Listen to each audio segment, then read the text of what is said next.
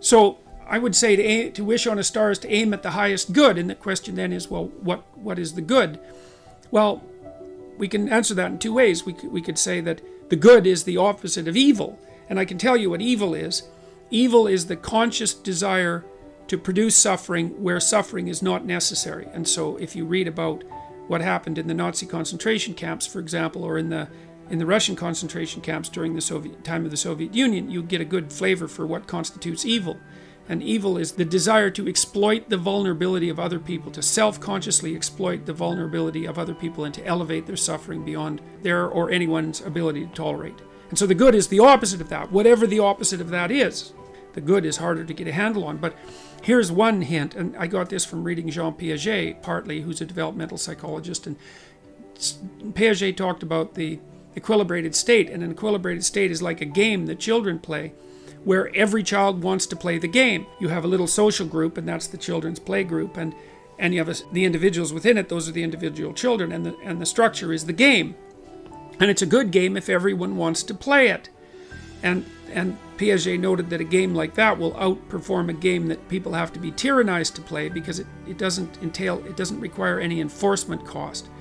And so I've sort of developed the idea of an equilibrated state to think that if you're aiming at the good, then you want what's good for you. And I mean good for you as if you were taking care of yourself and were good to yourself, were treating yourself like someone you love, that was good for you in a way that would also be good for your family.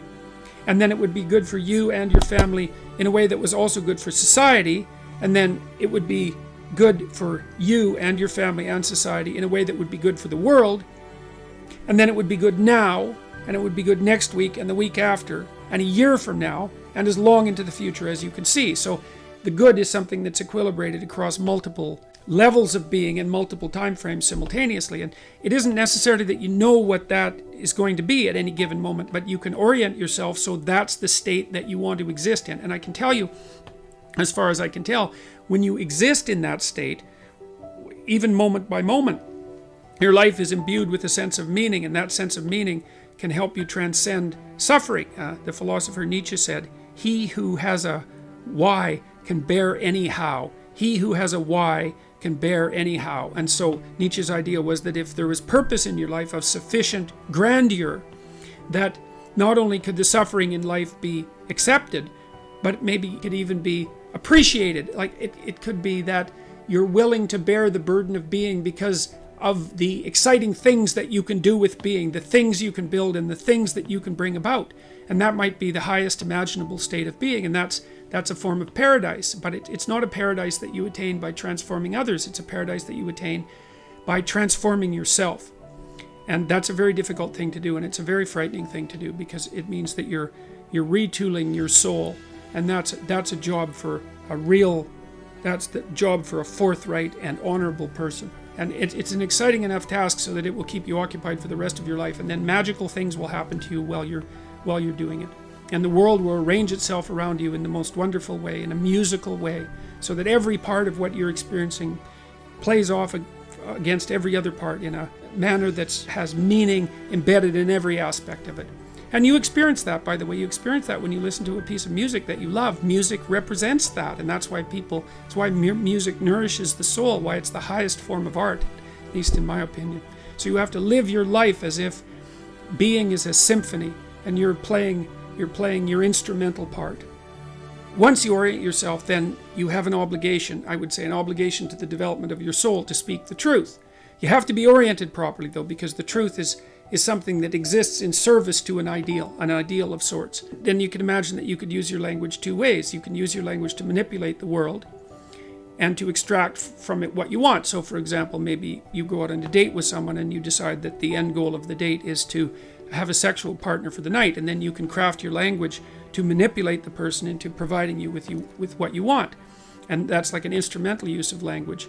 But the problem with that, there's many problems with that, but one of them is that what if your idea about what you should want is wrong? Like maybe that's not the way to treat someone that you're on a date with, out on a date with. Maybe you're minimizing and reducing the interactions between you from what could be a healthy and elevated state of interaction and discourse to something that's basically the pursuit of impulsive pleasure, and maybe that's not good for you next week and the week after and a month down the road. Maybe orienting yourself towards impulsive pleasure is a very bad idea. Remember what happens in Pinocchio. Pinocchio goes to Pleasure Island, and Pleasure Island is a place where impulsive pleasures can be had at a moment's notice. But what Pinocchio discovers, along with Jiminy Cricket, that Pleasure Island is run by masked totalitarians. They're all dressed in black, you remember, and they're turning the children and adolescents who are on Pleasure Island, they're depriving them of their voice, turning them into braying jackasses, and preparing to sell them as slaves to the salt mines. And so there's an implication in that story that the pursuit of impulsive pleasure is one route to totalitarianism and slavery, and I believe that. So perhaps orienting your language towards the gathering of impulsive pleasure is a misuse of your highest gift, the gift of logos, the gift of communication. The alternative is to orient yourself towards the highest good, as we already described, and then speak the truth. And you can tell when you're doing that, or you can tell when you're not doing that, because if you're not telling the truth, if you're using someone else's words, you're being manipulated in a sense by forces that are behind the scenes. You're not using your own words. You're the puppet of an ideology or another thinker or your own impulsive desires.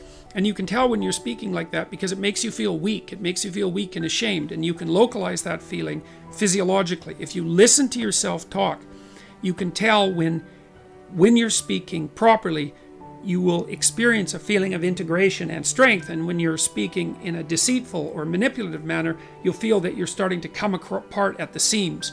And what you need to do is practice only saying things that make you feel stronger. And that'll mean, to begin with, that you'll notice that almost everything you say is a lie. It's either a lie or someone else's words. It's very hard to find your own words, but you don't actually exist until you have your own words. So then you try to teach yourself how to speak your own truth, and you listen to other people while you're doing that, because they can help you shape and correct your words. They'll react to them badly if you formulate your ideas badly, and if you listen and pay attention, then you can learn to formulate your words more and more clearly and accurately, and that makes you more and more powerful. It gives you more and more authority, which is the beneficial form of power.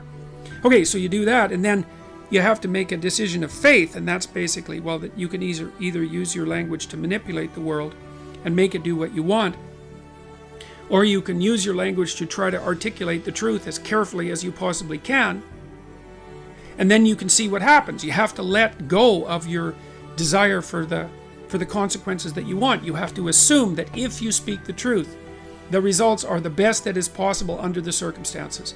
And so it's an exciting way of living in some sense. It's like continually walking off a cliff, because you don't know what's going to happen next if all you do is say what you think. And maybe you're at work and you say what you think and you get fired and you think, oh my God, that's a terrible catastrophe. But maybe it's not, because maybe if you're working somewhere and you have to lie to maintain your job, maybe you shouldn't be there. Maybe it's deadening your soul and damaging you in some permanent manner and making you corrupt. And so you have to orient yourself. You have to speak the truth as carefully as you can. You have to listen to others so that you correct your speech. And then you have to allow the consequences that ensue to unfold as they will.